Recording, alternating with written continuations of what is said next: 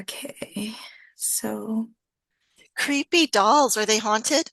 they are. I Awesome. also have some more off camera.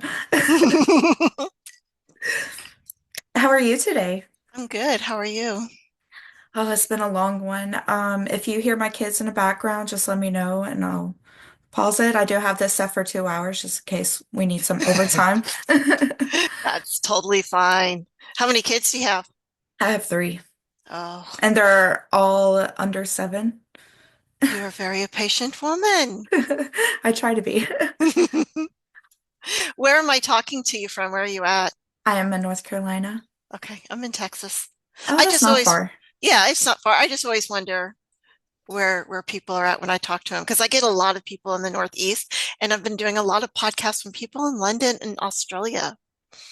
I just recently had to interview somebody from the UK, so I mean, I think it's pretty cool. Um, It Go ahead. is. It is like you can make friends just online and you can talk to them. And I can see that you have haunted dolls. And I'm like, okay, instant friendship here. Yeah, so starting off, I could tell you a little bit about me. So I go by Alex. Um, I have seen and heard spirits ever since I was a child. Okay. I do have haunted dolls, Hmm. and I live on haunted land. So there's a lot of activity. I was gonna have the REM pod on tonight, but unfortunately they killed the battery. I can go get mine. I live in a haunted house. The house was built in 1851. But they have been messing with my equipment and they were going bizarre last night. I actually, because one woke me up and I have a bit of a mark on my forehead because they were just full of it. So My there's a lot of ghosts that are here, but I live in Jefferson, Texas, and it's very haunted. Plus, I work with ghosts. So, um, yeah, they're just a part of my life, and I guess I'm a part of their death. So can you tell everybody a little bit about yourself? Well, I am a writer. I decided to start writing full time. I write paranormal horror novels, and because of my accounts with the paranormal, obviously I'm able to put a lot of detail into them. And excuse me, I decided to move to Jefferson, Texas, since because it's a muse, it's very haunted, and I just love this town. And I found this house that was built in 1851 that I have the privilege of restoring. And I just recently opened up a business called Jefferson Paranormal Journeys. And I've been doing paranormal investigations for about 20 plus years. And when I'd go on book signings, a lot of people would ask me, can I go on an investigation with you? As you know, that's not a good idea. They're not trained. And when people call you into their home to ask you to talk to the ghost and ask them to leave or whatever it is that they're wanting, it's not a good idea to bring other people that are not trained there. So I decided, you know what? I have a friend that has a mill that's incredibly haunted, always gets spectacular evidence there. So spoke with him, spoke to another friend of mine, and we opened Jefferson Paranormal Journeys, where we take people on ghost hunts and they get to actually encounter real ghosts because we have some very friendly ones that like to show up. Do you go to different places to investigate? I do go to different places to investigate when people ask me. And then I also investigate privately when people call me, and especially if there's a child involved, if they're having some disturbances in their house. And sometimes it's not even anything bad, it's just they want an understanding of what's going on. And so I'll investigate, communicate, see what's there and what's not there. Sometimes it just calms their nerves. And I appreciate you saying that it's not all bad because some people do have the misunderstanding that everything in the paranormal is bad. Oh my goodness, you would not believe how many lectures we get from people that think that, well, if it's paranormal, it's demonic. First of all, I've been doing this for 20 plus years. I can count on one hand how many demon encounters that I've had to deal with in people's homes. Also, if when people pull that, I'm like, and where in the Bible do you see that? And if they're able to state it, then I show them the context clues before and after that shows that they're taking it in the wrong context. We do come back, Jefferson Paranormal Journeys does come back from a Christian perspective. And so there are a lot of people out there that simply do not understand, just like the ghost in my house. They're so friendly. And what's hilarious is the one of the ghosts in my house is a brother of a ghost in the old mill. And I literally find myself passing messages back and forth. Now, did he follow you from the mill? No, he actually the man that owned the mill, his name was Isaac Goldberg, and he ran it with his son in 1901. And he was actually mayor for a while. And then his brother Jacob Goldberg actually bought the house that I'm living in. And the Goldbergs, they were just a very prestigious family here in Jefferson. So there were relations all over, but it just so happens that Jacob died in this home and he likes it here. And I do have some really good pictures of him. And so he visits, he's just here and I don't mind him.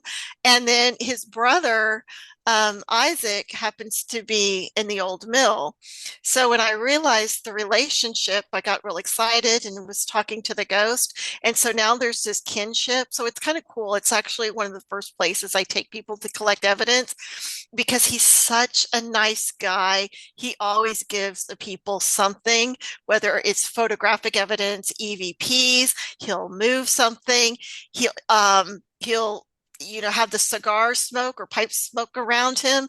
And so it really gives my customers that come in to participate, it gives them that sense of satisfaction. And we do this right in the beginning, and there's many spirits there, but Mr. Goldberg sometimes will put on a show. He was really high in society, so he likes the attention. Well, I am going to Waverly soon, so I might just have to stop by Texas and check you out. Please come, please come. I'll let you do our event. Okay, I will definitely message you about that. Yes, please do. And I'll let you film if you like. Okay. Can you tell us more about what about the places that you go to and the type of things that you have caught? Well, I've caught a lot of photographic evidence, and if you like, I can send some to you, or you can find it on all my social media accounts and on my website. In fact, I just recently posted a picture of Mr. Goldberg. I've gone to people's homes, especially when there's kids and involved. And like I said, there's only been a handful of them that there's been something demonic and interesting enough. The common thread is a teenage girl and a Ouija board. But I have also gone all over the United States and in other countries. I always bring my equipment with me because even if it's a new building, I have still caught evidence.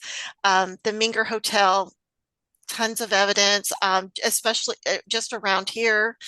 Cemeteries, anything historic, because I'm a huge history buff. So they kind of go hand in hand. And what a lot of people don't understand is that sometimes it's not a house that's haunted, but the land that's on it is Yes, haunted.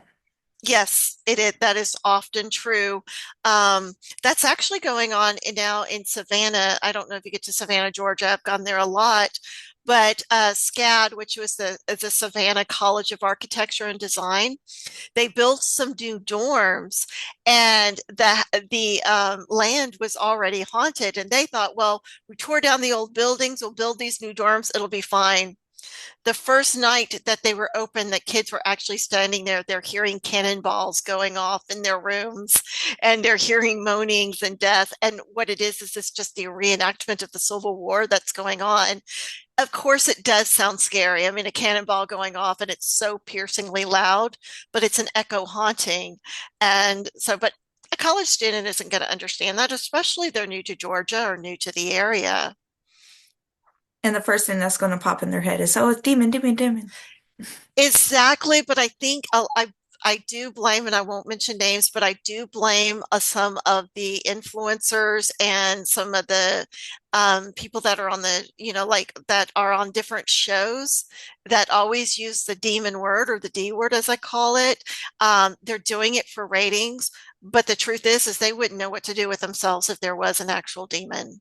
Yeah. And in the few times that I have encountered it, I've called in for a demonologist, a priest that will come in and help me with it. And I never do a full-blown investigation on my own, but I do find myself in a lot of haunted locations, and I just become friends with the ghost. So, have you ever heard or seen spirits yourself? Yes, I see them quite frequently. And I hear them quite frequently. So it also helps with the investigation. But what's nice about being an investigator, and you're probably aware of this too, is when you know that something has been said and then you hear it again on your EVP. So, it gives you that affirmation. And I definitely understand that because I was so excited because I had a couple months ago I went to the Devil's Tramping Ground and I heard as we were walking and I can't exactly remember what was the context beforehand, but we were walking and I heard a growl that did say demon. And when I was editing afterwards, it was clear as day EVP. You could hear it. And I just got so excited because it just makes you feel good at the same It's time. really huge affirmation. And when you run across somebody else, I did a case many years ago. It was actually when I first started out, and there was a little girl that was involved. And I can't give too much details because I don't want to release her, even though she's a grown adult now. But she was found in the middle of the night wandering in the road because she was following a ghost child. And this was like a big case for the parents. It was causing all these problems, and there was a divorce that was involved. So it seemed like neglect. And so her grandmother reached out to one of my mentors for help, and they actually had brought the little girl to me in a setting. And and the little girl's like, nobody believes me. I was like, she's about so tall. She has this kind of hair. She has these color eyes. Her name is this, and she's carrying this. And the little girl, she was just like, I mean, she just hugged me so tight because nobody believed her. And it wasn't a matter of me saying, I believe you. It was a matter of me describing exactly what she was seeing. And that meant so much to her that even though she's a grown adult, I still hear from her from time to time. Yeah, because it's like when you're that little, it's like, and nobody really understands you because I Mm-hmm. definitely had that feeling when I was younger. Mm-hmm. Um, Having somebody that can see what you see it makes you feel like you're not going crazy. Exactly. And I was really young when I had my first spiritual encounter, and nobody would believe me. And it even became the butt of jokes for many years. And so it wasn't until I started describing and saying things that I shouldn't have known, um and then it's, of course, it started upsetting people. And I go to church every Sunday. I'm very Catholic. I read my Bible. In Texas, you require you to, if you're going to counsel for paranormal investigations, you have to have the minister's license. So I do have a minister's license, but I mean, I have it just to show. But I mean, I do it. I attend church. I go to Bible study, and there's these people that will sit there and say that this is evil and this is bad. And it's, no, I'm not a witch. I am not a pagan. No, I'm not sitting here trying to cast spells on you. This is what I'm seeing. This is what's happening. And uh, how did your parents take it? Not very well. They just laughed about it the first time I had an encounter. I told them about it, and they thought it was on Christmas Eve, and they actually thought it was a doll. And because it was a wedding, like in a wedding dress, and I had woke them up to let them know that there was a ghost in the living room. And they thought that I was mistaking it for the doll, but no, it was actually a teenage girl with blood on the side of her hand, wearing a green plaid shirt and jeans. And I remember her face. This was 1974. I remember her face and her voice as clear as I heard it just now. And what did she say? She said that she needed help and she came to me because she thought I could help her. I later found out that she was a distant relative that had been murdered. Oh, wow. Mhm. Sorry. When you were telling that one story about the little girl, I started instantly like getting chills and kind of anxiety. Oh, why? Oh, I don't know. Probably Sometimes, because you've been in that situation where you've tried to tell people something and they don't believe you. oh yeah, probably. Or you've been in that situation where they're so clear they look like a normal person Yeah. instead of, of a ghost. Hmm. Um, there was a situation, this was actually in the Minger Hotel in San Antonio, Texas. Um, there's this really nice, friendly lady that stopped us, me and my son. My son was very little, and she was just so sweet, and she wanted to know if she could help us. And I'm just chatting away with her. And then she said, it was really nice talking to you. My son's kind of like tugging on me. And I'm like, why are you being so rude? He's like, Mom, look. And then I realized she was floating and she had no feet. But he's to him, and he saw her too, but she was more transparent. But I just, for whatever reason, I saw her very solid, and she was actually a very tall woman. And back in the mid 1800s, when they didn't grow very tall, if they were too tall for the coffin, they'd just chop off their feet. And so, and when I did some studies on the woman, I found out that that's what happened to her. There was a ghost. She was a maid. That's exactly what happened to her. But she was so sweet and so friendly that I mean, I thought, well, she wasn't dressed like the other employees, but she acted like she knew the place. What made you first get into the paranormal? I've always been a fascination with it just because of gifts. And also, I found out later that other people in my family had gifts that nobody really wanted to talk about. But it was not just something where this child just was born crazy. This was something that happened in my family. But I started to try to block it out. And then I had two near death experiences. And with each NDE, my gifts became stronger and stronger to the point where I could not ice it out. So I tried going to a therapist, and after the therapist talked to me for a little bit, he's like, "You don't need to talk to me. You need to talk to this person." And that led me to my mentor who trained me how to capture the EVPs. Because I mean, obviously I had a gift, but um, I didn't always see them 100% of the time. And so he taught me how to do EVPs. He taught me how to hone in on my gifts, how to process everything. It's one thing to take recordings, but as you know, processing them can be quite tedious, especially if you want to get something clear, especially if they're low class EVPs. Um, he showed me how easily you can get pictures, and things are actually a lot easier than they were, 20 plus years ago when I was getting into this. I mean, now you can snap a picture with your camera and catch a ghost. Before then, it wasn't that quite that easy. Same with the audio. They didn't have the apps and things for our phones that they have now. They didn't have Adobe Audition. I think it was called Clean Screen or something that they had before that they don't even create anymore. Um, so it's fortunately for those that are interested in doing this, it's a lot easier. And what kind of equipment do you use to investigate? Well, would I use my phone? My recorder. I have a high-tech mag recorder. I do use the REM pods if I have somebody else investigating with me. I also use the Oculus and some other type of things. But when I'm by myself, I just use my recorder and take my pictures. Now, because I don't need the EMF readers. I don't necessarily need the divining rods. Yeah, because I you don't because you know they're there. I know that they're there. However, when I take people out on a ghost event, I do provide them with an EMF reader. I do provide them with the divining rods. I do talk to them about using their phones and taking pictures. And then, of course, flashlights, but obviously you need good flash. Everybody needs a good flashlight. If you have nothing else, have a flashlight. Um, and then, of course, your own common sense, quiet.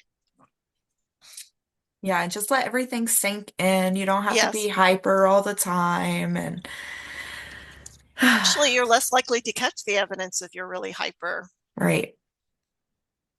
I mean, I think of it as some spirits, they if they don't think that you could see them or you could hear them or then you're not going to be able to then tongue twister. I think the spirits, if they think that you can't see or hear them, you would be able to catch them more on camera. I think it depends. A lot of times that's the case. A lot of times, because I've had EVPs where they're sitting there mocking you and they're mocking the participants. Um, they're judging, just like you're judging, because they were once human, so they're judging you. They're kind of checking things out. Um, a lot of times they can manifest themselves to they can be seen, but that doesn't necessarily mean that everybody can be that we can see every single one. Um, there have been times, especially like when I'm in the old mill where we do our main investigations where we take participants. A couple of events ago, there's this one lady that just hangs around in the rafters, and I've been looking for her and I hadn't seen her in the longest time, but they can read your thoughts, which makes it so much easier for EVPs if you know that and they hear your thoughts. So she knew I was looking for you and she said, I'm right here. And she let me take her picture. And so I was able to go back to the group and show that to them. But interesting enough, she didn't want to talk to anybody else. And so, I mean, it was like she was showing herself out of a courtesy, but they have their mood swings as well. Um, and then there are the spirits that want to hog all of the attention. Yeah, Uh, yeah, and and that's this one. yeah, you'll catch them arguing with each other. Um, something else, I've been on investigations. I've been on investigations before where I've caught different languages, and I've actually had to have ask people to translate for me. Um, and then I've gotten investigations where they've made sexual innuendos. I've also gotten compliments on my clothing. I mean, and then in the old mill, when they bring in merchandise, there's these two women. One is named Judith and one is named Hope, and they have to discuss everything that comes in. And sometimes that catches on EVP. So I'll be like, okay, when I'm showing people the evidence, and you'll hear one person, that's not porcelain, that's pottery. No, this is that. And so it's like, what is that? And I'm like, they're not talking to us, they're talking to each other. Just ignore them and here, listen to this guy. He's talking to you. But they're as clear as day. And a lot of things, like a lot of people think that when they hear spirits that they are talking to them or, but what people do misunderstand is that spirits can connect with each other Yeah. because like you said, we were all humans and Hmm. in the afterlife. We might not have that physical body, but we're still there and we're still going to want to communicate and not communicate. Hmm. And see, that's another thing because you hear a lot of, well, it's unfinished business, or they must have been murdered, or they must have been that. I've asked spirits when I've done investigations, why you haven't crossed over. Sometimes it is, but a lot of times it's because they're afraid. Maybe they didn't live their life like they thought they should, or maybe they didn't believe in heaven, or maybe they didn't feel like. Um, the old mill, it has this long history. It was, by the docks, and then it was a cotton mill, and then it was a flour and grind mill when Mr. Goldberg owned it. But then it's been an antique store since the 1970s. And there's this one spirit there. She's real sweet. She smells of lilac. So she lets you, if you can't see her, she does let you know that she's there. But when she first came to the store, everybody heard her crying all the time. And And this was in the 70s when the store first opened. And the story that they found out because I guess her daughter had dropped off the sofa that she was attached to. And they said that she was crying, or their excuse for her crying was she didn't get to see her grandchildren before she died. Well, when the sofa got sold, they thought that Margaret, that's her name, was going to go with it. But she ends up making friends at the mill, the other ghost. And so she's still there. I've gotten several pictures of her, and she's always nicely dressed, and she's just always kind of looking, and she's just got a really sweet look on her face. And she's, just hanging out, talking with other ghosts. There's a kinship there. Do you have any big places that you would like to investigate? Big places. I'm always good to go to an asylum. I've wanted to. In fact, in one of my books, I'm currently writing about doing a I'm in my newest book that I'm still in the process of writing. My protagonist is in the scene of doing an investigation at an asylum. I've always wanted to just go do that. I'd like to go back to Gettysburg. I've been there before, but I got so much evidence and it was on a trip. And when you investigate and then you realize there's more questions, or they're asking you questions, or they have messages and you want to go back and tell them. That's what happened when I was at Gettysburg. It also happened when I was at the Twin Towers in New York. And so I would like to go back there, even though that was a difficult investigation. Um, I want to go to Glamis Castle in Scotland. Um, and I mean, I'm just keen everywhere because I'm finding that there's ghosts everywhere. And like I said, I love history, and where there's history, there's hauntings. Even if it's an echo, there's still hauntings. And I like to see what there's there because then you can hear their story. Yeah. I went to Trans Allegheny Lunatic Asylum I'm jealous. last year, and I caught one of the best apparitions on camera, and I'll send you a picture afterwards. That would be awesome. Um, I didn't physically see the spirit, and I didn't hear anything because he was silent, but Hmm. I felt like he was there, and I just felt like I had to take a picture. Yeah. So I took a picture, and I caught clear as day, skin tone, everything. It was a tan man. Hmm. He had short hair, and mind you, this was like on the second, third floor, so nobody could be outside the window. Yeah. Um, but he was like his upper torso was like peeking through the window, sorta, or like Hmm. in front of the window because he was blocking the lines of the window. Yeah. And he had a tan skin, short black hair, and he had a white shirt on, and he was one of the doctors. Isn't it interesting how you can catch so much detail from those pictures? And then some of them are orbs or just shots of lights and things like that. So I can tell you're excited just by talking about it.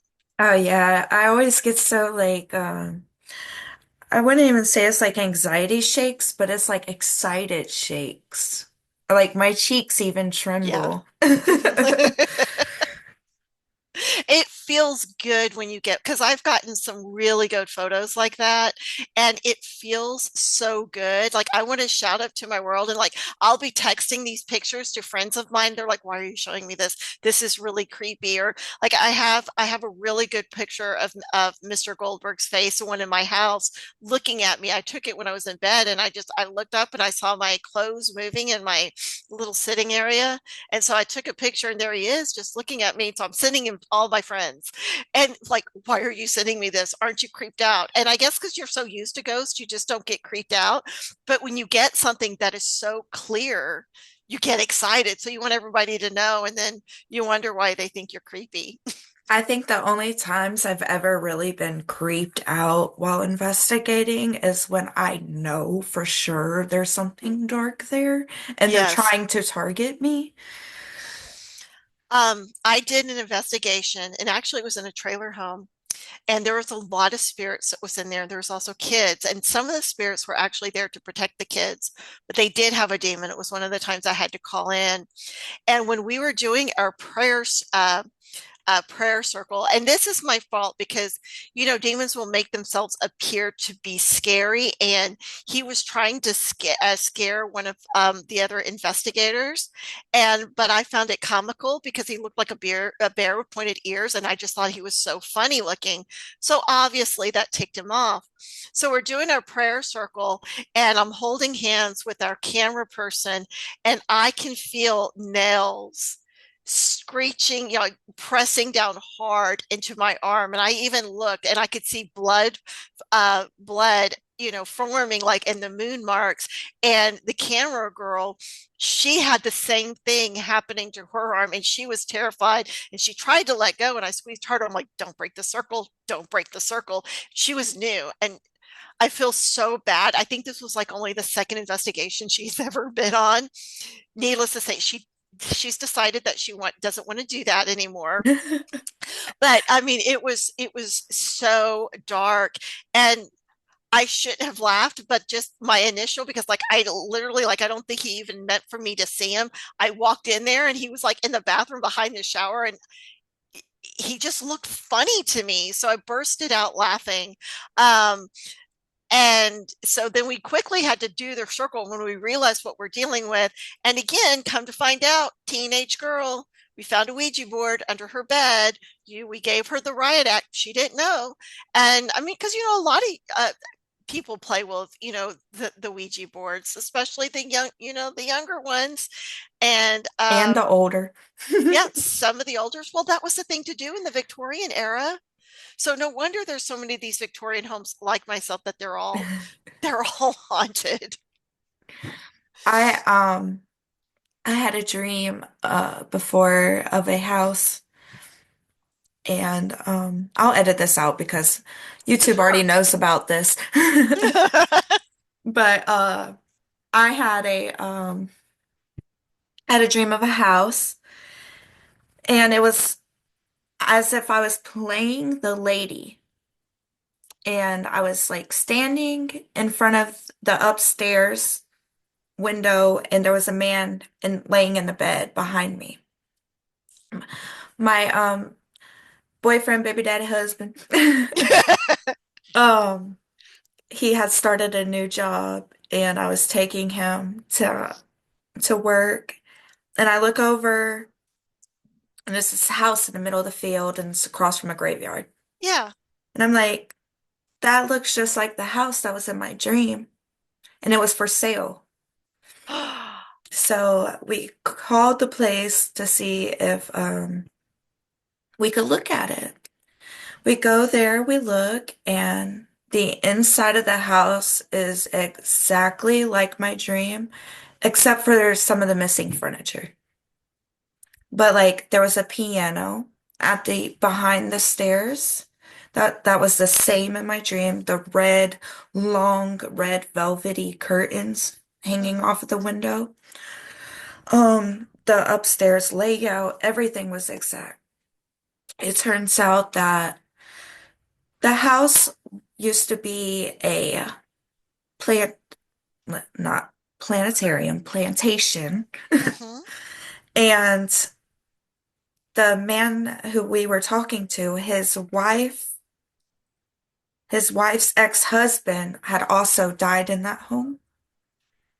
And the graveyard was people who have died at the plantation and also the owner as well. And he was selling the house, and we were trying to get it because I was like, I really want this Yeah. house. And it was like in the perfect location. It was beautiful trees around. The spirits, I didn't feel anything bad. Mhm. It was just really kind of light, and it almost felt like they wanted me there. Yeah. They probably did because that sounds like a paranormal dream. Um, were they communicating with you at all? In In my your dream, dream? Yeah, were they trying to tell you things? I remember seeing a little girl and a little boy. run and they were Hmm. looking for mommy. Um, and I know there was this one part of my dream where there was black goo coming out from the ceiling, above where the attic was, above a bathroom. Now that I could see where it could be, it was something bad. But Could have been old blood too, where somebody yeah, died. It may not necessarily have been something bad. yeah. So I wasn't really sure about that aspect, but when I was there physically, I didn't feel anything bad. It was just so nice, and I tried really hard to get that house, but unfortunately, the price for the house that he was selling it at was way too expensive Mm. for the how the house was at the time. Yeah. And so I went home, threw a little fit, and was like, if I can't have the house, nobody can, you I know. don't blame you. And then 3 days later, the house burnt down. Yeah. So that wasn't me though. Yeah, I was just wondering though, maybe they were frustrated in insurance. I was thinking, really think that people had just came up there and just tried to burn it down just because it was a plantation. Yeah, and see, that's another area of history where people just don't understand. And plantation homes were actually built by slaves, and so many of them are still around. You talk about incredibly built house, like this house built in 1851. I mean, it's withstood tornadoes and hurricanes and multiple fires. The Civil War, General Grant saved, this was before he was the president, he saved this house that I'm in, because he met with Union soldiers in my living room, and this was how to preserve Jefferson, and this was a house he preserved. General Buell lived in this house for a summer.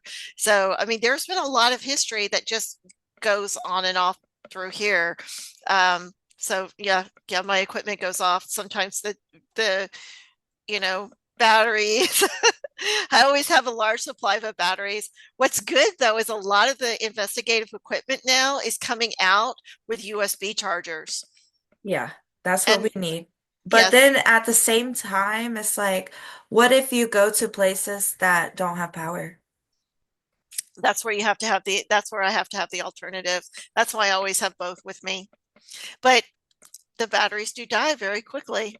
They do.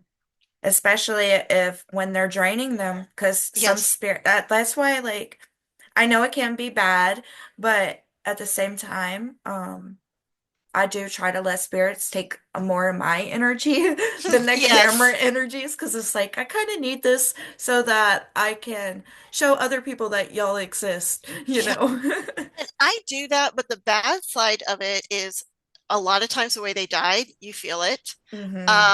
Just like last night when they're showing me how they died, I now literally have a red mark on my head, and it's actually a cut that I did not have when I went to bed last night because they had to show me. If they're angry or if they're sad or feeling and bad, then all of those feelings, like an empath, all of those feelings, and it can be very draining. It is. Um, that's one thing when I get called out on an individual investigation, one of the first questions I ask is, has your mood changed? Have you seen personality changes? Um, and sometimes the spirits don't even mean to do it. They just do it. And I had to say, like, being an empath, one struggles that I'm personally having right now is with this one right here. She does not like men. Oh no. So anytime that my boyfriend comes home from work, the tension's usually more higher because she doesn't like him. Yeah, She's mad, angry. Um, so yeah. yeah, that will happen quite frequently. Um, and then you end up feeling it. Hmm. And sometimes I think that The spirits think it's funny. It depends Yeah. on it, their sense of humor too. And then it's all a learning process. Then Yeah. you have to learn your empathness. Uh, you have to learn like what is my feelings and what is not. Exactly. And actually, for years, I didn't know what was going. I mean, when I was a kid, and I didn't really have anybody before I realized, because, like I said, this is not new news, but they wanted to pretend like it was, and so I was written off as just being incredibly moody. Especially when I would go into new places or places where there would be hauntings, Hmm. or or I'd be talking to somebody like, I mean, we went someplace in New Mexico, and I was a kid. And I'm talking to this little blonde boy. Nobody else can see him. And then of course the kid gets angry because everybody else is ignoring him. And and he was a situation, he knew he was dead. A lot of these, like, it's so funny, a lot of these ghosts actually do know they're dead. Sometimes they don't. Um Mr. Goldberg, he gave an EVP a couple of weeks ago. Somebody asked, why are you here? And he goes, because I'm dead. And I was just like, oh my God, I can't believe he said that. The sarcasm. And I'm trying not to laugh, and then it shows up very crisp on on on the EVP. But I think he does that on purpose, trying to see if he can get me to laugh. You I know? I think the funniest things like I bought him off of eBay Mhm. and he had this huge like the his old owner. I don't really like saying that word for the haunted dolls, but his old owner uh was like, "Oh, he's demonic. He's this, he's that. He'll show up in your dreams," which he does do, Yeah. but he's he's not demonic. He is Yeah, that's common because we have a haunted doll. Yeah, so you were saying that he's not demonic. What is it about the owner? she, she I think that he just doesn't like her. I think that she did get some of his story right, but also wrong at the same time. Okay. So he did used to work in a circus, and that is why he chose the clown doll. Hmm. And what happened was is that he was very mean in his human life. Hmm. And he used to pull these pranks on his coworkers. And one day his coworkers said, "You know what? That's enough. We're going to prank you back." Now, these pranks that Kenshin, that's his name, used to do on his coworkers was mean where they would hurt his coworkers. So his coworkers decided that we're going to pull the ultimate prank right in the middle of your act, and they set him on fire. So the reason why he stays is because he said that he wants revenge on generations of family, of the people who've hurt him. And I'm sorry, I kind of get a little emotional talking about it, but I try to work with him Yeah. with Uh, it. there is a doll in the old mill that looks like one of the old-fashioned puppets. And the one of the managers, she's also one of our employees at Jefferson Paranormal Journeys. She named it Slappy because she recognized the doll from the Goosebumps. And there was another paranormal team that had come in there and saying that his handler's name was Jonathan. So I go in and do the investigation because some people are thinking that he's demonic, and they're not understanding the difference between a conduit and an attachment. They're thinking Annabelle, they're not realizing, no, there's somebody's attachment. We refer to it as a haunted doll because there's an attachment to that To doll. the I mean, my doll. desk could be haunted, anything could be haunted.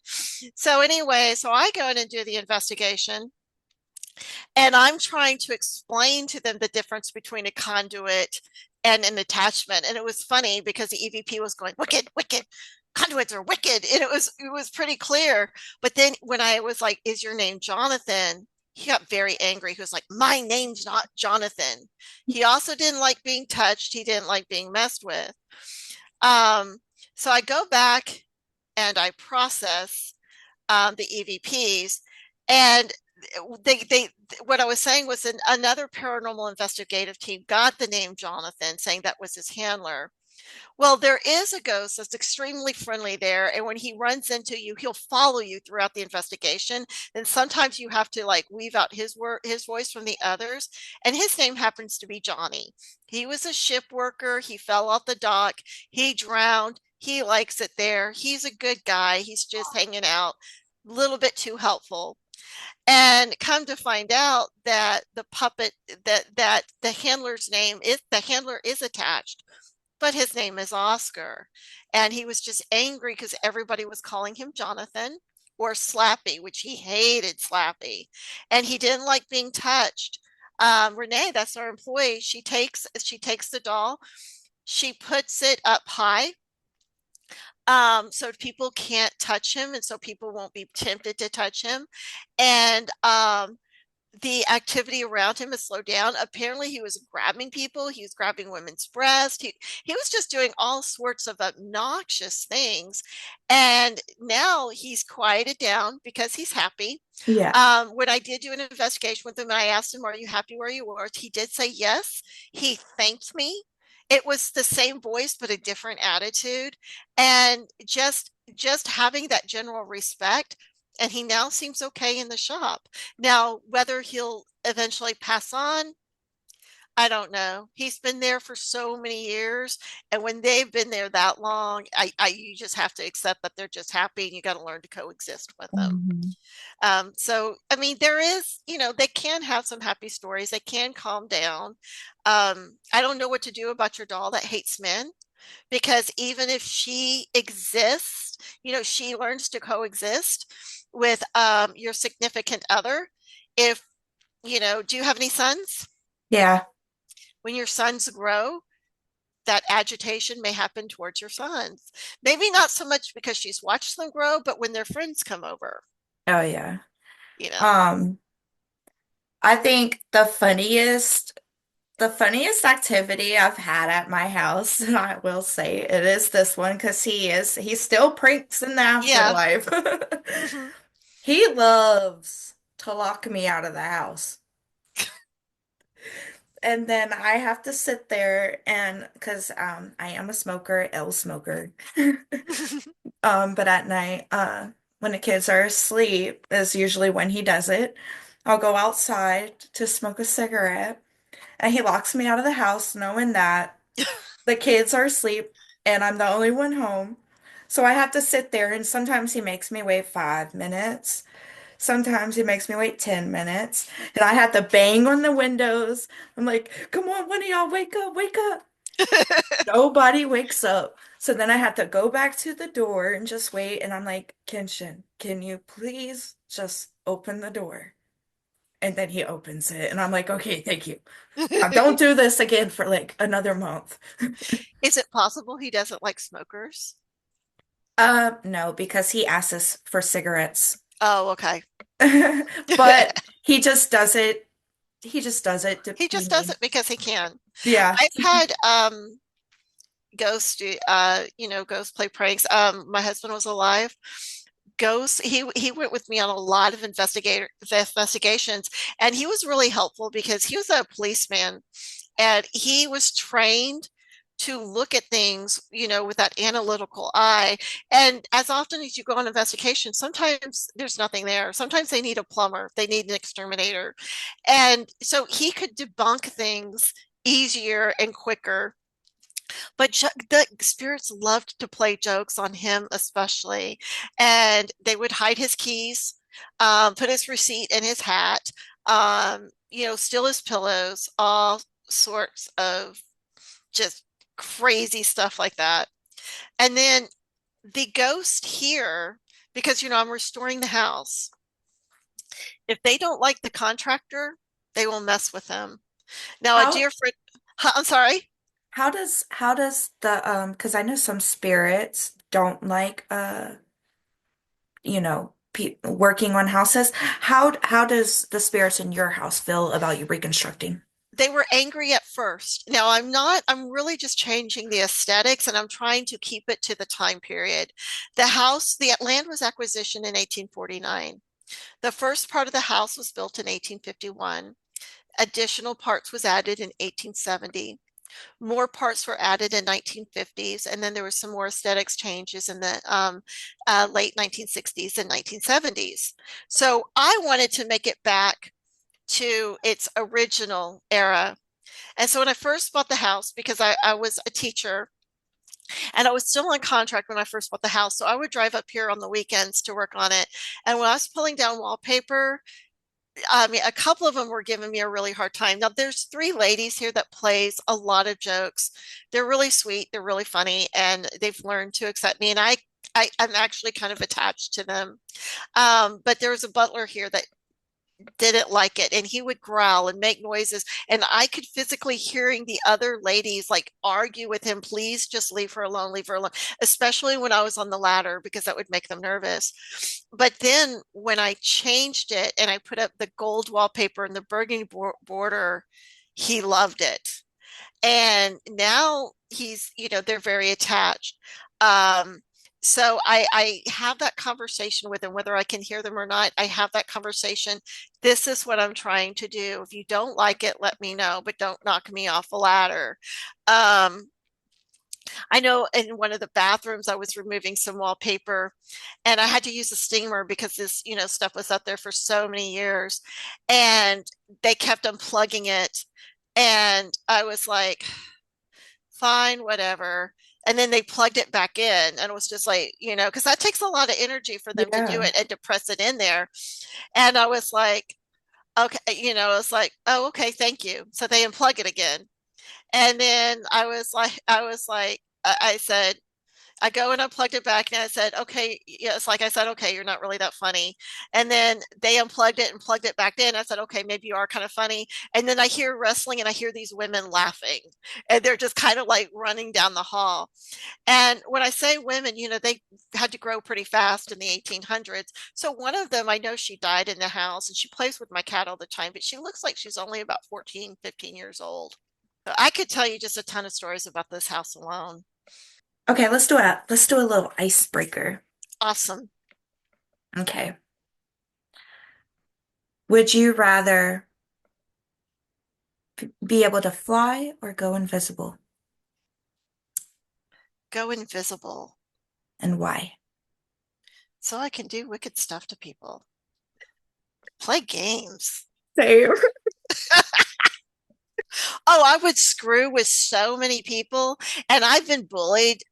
People like us tend to get bullied because we're different, even though we don't mean to be different. And so Mhm. I would so get back at them. I've even asked ghosts to help me before. I've had ghosts give me answers to test questions. Oh man, I definitely feel you on that one. I mean, flying is cool, but I do enough of it in my dreams. Right. Astral projection so much. Yes. And then when you fall, and you don't like rest yourself before you fall. Yeah. Oh man. It literally feels like you're like falling off of 100-foot building. Like, oh crap. Yeah. And then bam. Yeah. It's like literally like I got splat in the middle of the night. So, but going invisible, oh, I'd love to do that. I've definitely had that feeling, and then I wake up and I'd be like, babe, my back hurts. My back hurts just so bad. Don't you hate it though when you wake up though and you have the bruises and the markings that you did not have the night before you went to bed? And you're just like, "Urgh." I know. And then people are like, how'd you get that bruise? And I'm like, I don't know. Yeah, I had a ghost hold me down one time when I was sleeping, and I had his bruises that was up there, and I finally like um, I finally I concentrated and I pushed myself up like that to startle the ghost and I was able to get away from him. So my husband is like, how did you get all those markings? So he decides that he's going to switch over, that we're going to switch sides of the bed because we're staying in a hotel. And then the ghost decides to do the same thing to him because he was already irritated because the hotel used to be an old military hospital. And so he had nurses that was poking and prodding on him. Well, I didn't care if the nurses were poking and prodding on me. Oh, you have a tuxedo cat too? Yes. So do I. I love my tuxedo cat. Oh, But what's his anyway, name? her name is Starla Boots. Oh, that's so cute. Yeah, Mine is Salem. Salem, awesome name. Thank you. So, but anyways, so the ghosts were bothering me, but he actually couldn't get up. I mean, I had to like literally chase the ghost off of him. Oh my God.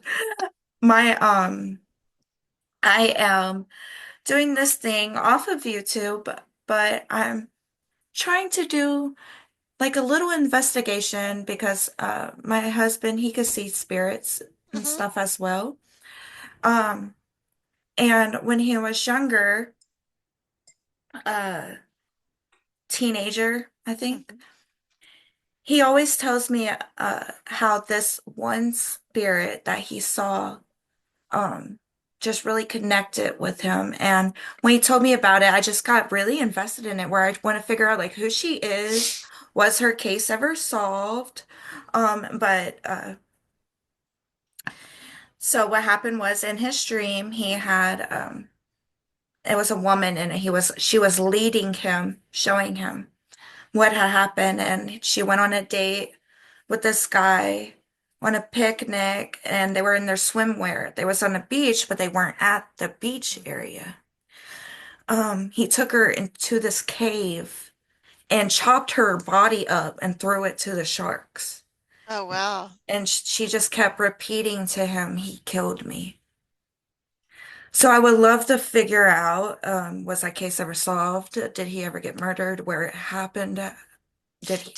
Did you were you able to look up the missing person reports of that time period? I'm trying to figure it out. So far, where I'm trying right now, I'm trying to figure out because that's all the details she gave him. So he described their clothes, and I'm trying to figure out what time period of clothing that What was is in. describe the clothing to me? Um, he said that the clothing was black and white striped bathing suits. Okay. And if I think right, I think that might be the 30s. Now, did he take her in a car, He didn't see a car. They was walking on a trail.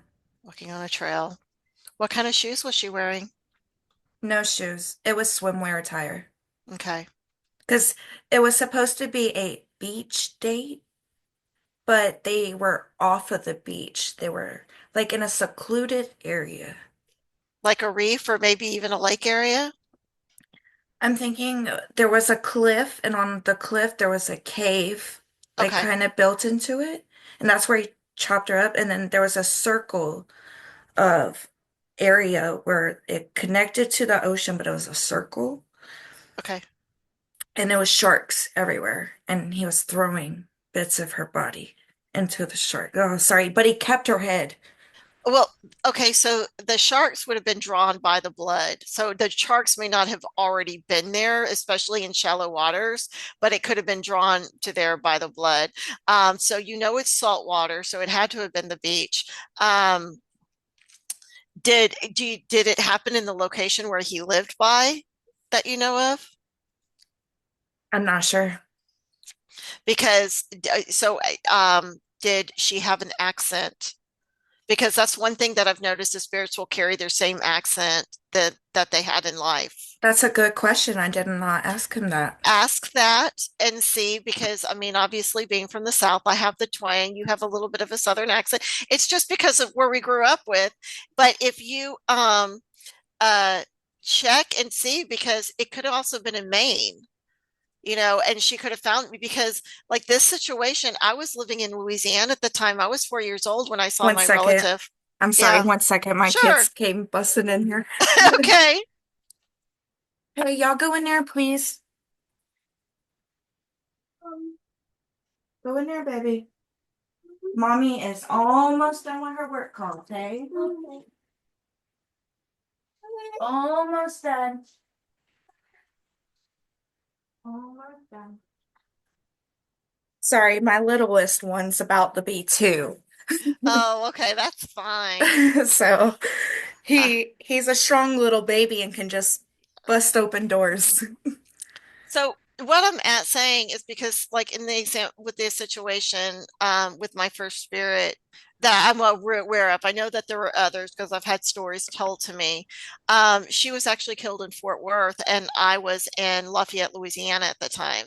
But I think she was drawn to me because she knew I was a relative, actually relative through marriage.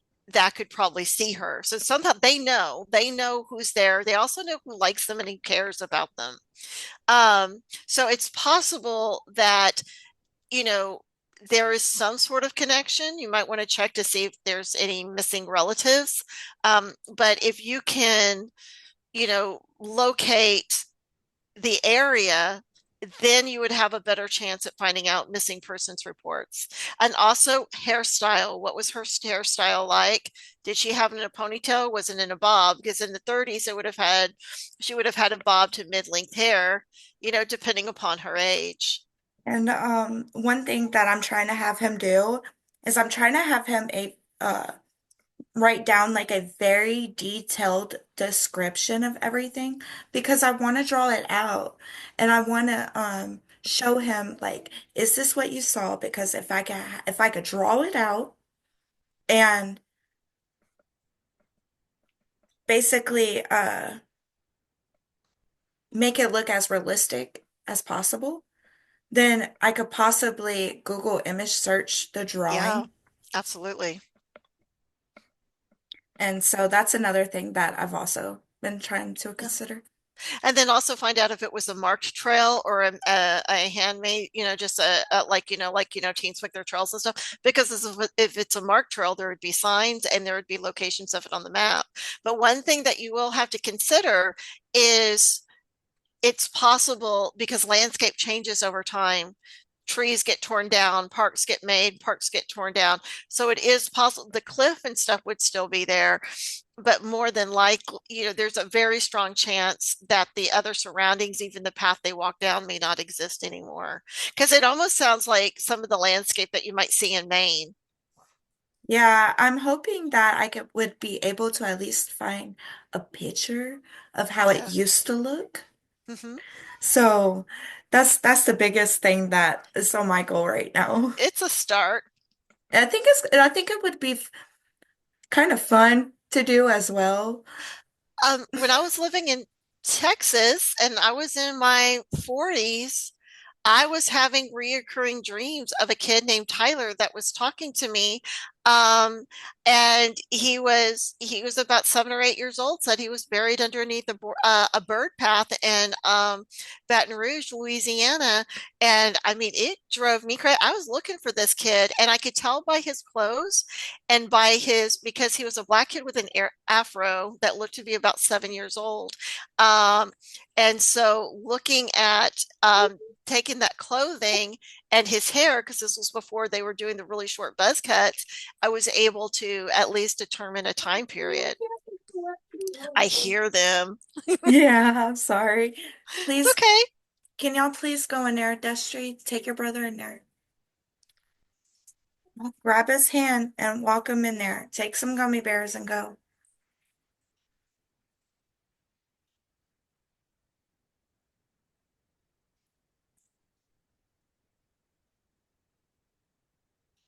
Don't eat all my snacks. Are you doing that too? Yeah. Take your brother real quick. Mommy's on her work call. I'm almost done. Mommy, you've got to learn to hide the snacks. That's why they were in the room. Be careful though, because if your kids have the gifts, spirits will tell them, especially Kinsman over there, he'll tell them where they're hidden. Here.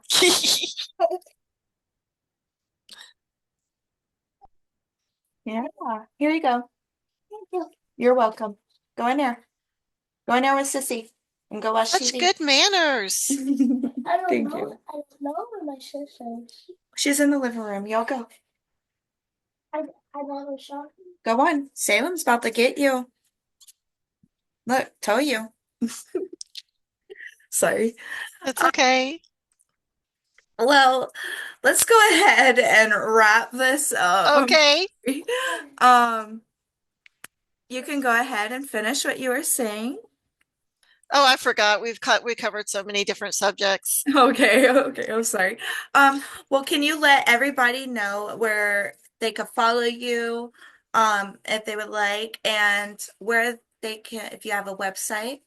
Yes, my website is ginalinnell.com, and I can be followed on Instagram with the handle Gina Linnell, as well as on Facebook. And my Facebook account also has Jefferson Paranormal Journeys. So if they are ever in Jefferson, Texas, and they want to attend a real ghost hunt, and when I say attend, people get to go on investigations.